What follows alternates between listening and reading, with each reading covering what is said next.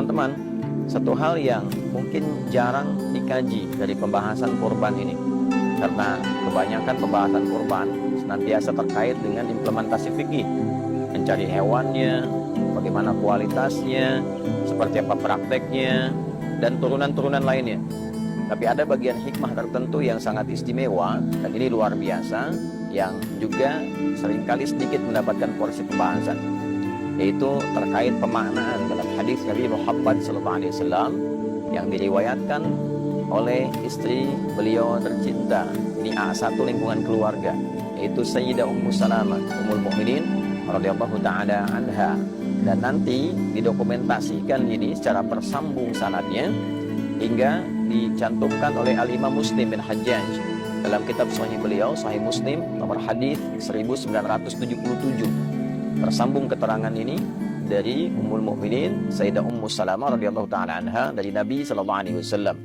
Beliau menyampaikan, atau kama qala Rasulullah sallallahu alaihi wasallam, "Man kana lahu dhibhun ya wa ahalla aw uhilla hilala dzul hijjah wa arada an yudhhiya fala ya'khudanna min sya'rihi wa adfarihi syai'a hatta yudhhiya." Atau riwayat lain, "Idza dakhala hilala dzul hijjah wa arada ahadukum an yudhhiya fala yamassanna min sya'rihi wa adfarihi syai'a." Jika seseorang telah memasuki awal bulan Dzulhijjah dan dia memiliki keinginan untuk menyembelih hewan dengan tujuan kurban, bahkan dalam riwayat pertama yang tadi saya sampaikan, ia telah menyiapkan dan memiliki hewan untuk dikurbankan, maka di antara amalan yang menyertainya, hendaklah ia menuju proses penyembelihan kurban itu tidak memotong kuku yang melekat pada tubuhnya, tidak juga dia memotong bagian-bagian rambut yang ada pada tubuhnya. Nah, ulama ada yang merinci bahkan dari kepala sampai misalnya mohon maaf ketiak, sampai seluruh rambut yang melekat di tubuh dia tahan dulu untuk dia nggak potong sampai hewan kurbannya disembelih. Nah, teman-teman sekalian, pemaknaan tentang hadis ini yang menjadi menarik dan istimewa. Walaupun nanti ada yang sebagian menafsirkan yang dimaksud kukunya hewan, yang dimaksud bulu binatang. Ya, tapi saya secara pribadi dalam pemaknaan ini lebih cenderung kepada pemaknaan rambut dan kuku yang melekat pada orangnya, pada pelakunya. Ya, tidak menunjuk kepada hewannya. Karena nanti kalau kita melihat dari satu praktek yang terjadi, yang didokumentasikan juga oleh Imam Muslim bin Hajjaj ya, dalam kitab Sahihnya, ada sementara beberapa orang-orang di era sepeninggal Nabi Sallallahu Alaihi Wasallam yang kemudian mereka menjelang Dzulhijjah itu, khususnya ke 10 Dzulhijjah, ya mereka masuk ke satu tempat pemandian umum, kemudian ada beberapa yang mulai membersihkan dirinya, yang nyukur kumis, ya kan? Nah, dan kemudian membersihkan bagian diri. Nah, sehingga dengan itu kejadiannya dilaporkan kepada salah satu sahabat untuk diketahui. Nah, ini bagaimana nih ada kejadian begini. Nah, maka dibacakanlah kemudian hadis tadi dari Sayyidah Ummu Salamah radhiyallahu taala anha dan mengatakan ini adalah bagian dari sunnah Nabi yang sudah mulai orang lupa sehingga ditinggalkan. Nah, ini melekat kepada orang, ya tidak melekat kepada hewannya. Walaupun pemaknaan terhadap hewan pun kita hargai dengan versi yang tersendiri. Nah, sekarang inti pembahasan kita adalah pada hikmahnya.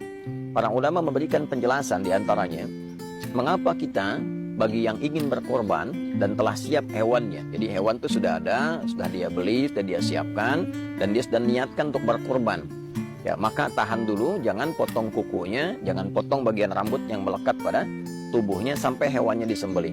Teman-teman, para ulama menjelaskan bahwa di antara hikmahnya satu, ingin memberikan pendekatan amal seperti orang-orang yang sedang menunaikan haji, wukuf di Arafah sampai dengan dia melontar jumrah. Nah, dalam wukufnya ada renungan, dalam wukuf ada kontemplasi, ada permohonan ampunan, ada doa-doa yang disampaikan, dan itu dilakukan dalam keadaan mengenakan pakaian ihram. Di antara larangannya nggak boleh potong kuku, ya nggak boleh cukur rambut yang melekat di tubuh, ya baik itu kumis ataupun rambut di kepala dan yang lainnya. Sampai kemudian dia melontar pada hari ke-10 setelah dari Arafah, kemudian bergerak ke Muzdalifah, ya kemudian berzikir di Muzdalifah, mencari 7 kerikil ya, untuk dilontarkan pada lontaran pertama, yaitu untuk Aqabah saja. Ya, begitu dia lontarkan Bismillahirrahmanirrahim 7 kali dia lontarkan dengan 7 batu kecil, 7 kelikir. Lalu dia menghadap ke arah kiblat setelah itu. Dia katakan, Inni wajjahtu wajhiya lilladzi fatara samawati wal arda hanifan muslima wa ma ana minal musyrikin. Inna salati wa nusuki wa mahyaya wa mamati lillahi rabbil alamin. La syarika lahu bidzalika umirtu wa ana minal muslimin. Atau riwayat lain, wa ana awwalul muslimin. Baik, hal yang sama menariknya teman-teman sekalian, diajarkan kepada orang-orang yang tidak menunaikan ibadah haji pada momentum itu, tapi diberikan satu gambaran renungan kontemplasi yang serupa. Jadi bila yang di sana wukuf, yang tidak menunaikan haji dia puasa. Puasanya pun diberi nama dengan nama yang serupa, yaitu wukufnya di Arafah, ini puasanya puasa di hari Arafah. Siyamu yaumi Arafata. Puasa yang ditunaikan saat orang-orang di sana menunaikan wukuf. Pada hari saat orang wukuf itu tanggal 9 Dzulhijjah. Di sana menggunakan kain ihram, yang di sini puasa juga kemudian mengevaluasi dirinya. Di sana kontemplasi, di sini kontemplasi. Di sana ingin mendekatkan diri kepada Allah, di sini ingin mendekatkan diri pada Allah. Mendekatkan diri kepada Allah sehingga merasa dekat, merasa nyaman, pengen meningkatkan ibadah, banyak muhasabah, namanya kurban. Di sana berkurban, di sini pun berkurban. Menariknya, yang di sana tidak potong kuku, tidak potong rambut, di sini pun tidak potong kuku, tidak potong rambut. Bagi yang ingin berkurban, hewannya sudah ada. Nah, saat yang di sana melontar hari ke-10, yang di sini menyembelih. Menariknya, doanya pun serupa. Setelah selesai di sana melontar, di sini menyembelih, doanya sama. Inni wajjahtu, ya Allah, aku hadapkan diriku sepenuhnya pada Engkau penguasa langit dan bumi. Inni wajjahtu wajhiya lilladzi fataras samawati wal ardh hanifan muslima wa ma ana minal musyrikin. Ya Allah, aku berkomitmen bahwa mulai hari ini aku akan tegakkan diriku dengan lurus sebagai muslim. Aku tidak akan menyimpang. Kalau selama ini sholat, selama ini beribadah, selama ini aku hidup, bahkan wafat pun di hari ini, aku berjanji akan jadi muslim yang baik. Dan ya Allah, bila ada kesempatan untuk menjalani kehidupan, aku berkomitmen ingin berubah menjadi lebih baik sampai aku kembali kepadamu. Jadi kalau di sana melontar, menghilangkan sifat buruknya, sifat hewaninya, maka di sini menyembelih sehingga sifat hewaninya dia hilangkan dalam kehidupan. Setelah itu dia menghadap kiblat untuk berdoa. Nah, doa itulah yang melahirkan perubahan. Perubahan yang mendekatkan diri kita kepada Allah, itulah yang disebut dengan kurban, teman-teman sekalian.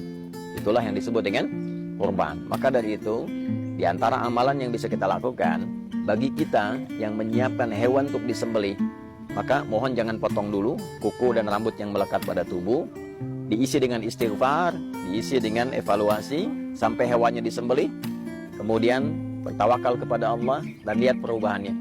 Bukan pada hewannya, karena yang diterima oleh Allah itu bukan masalah dagingnya, bukan masalah darahnya, tapi bagaimana perubahan pada diri kita yang melahirkan sifat takwa yang mendekatkan diri kita kepada Allah.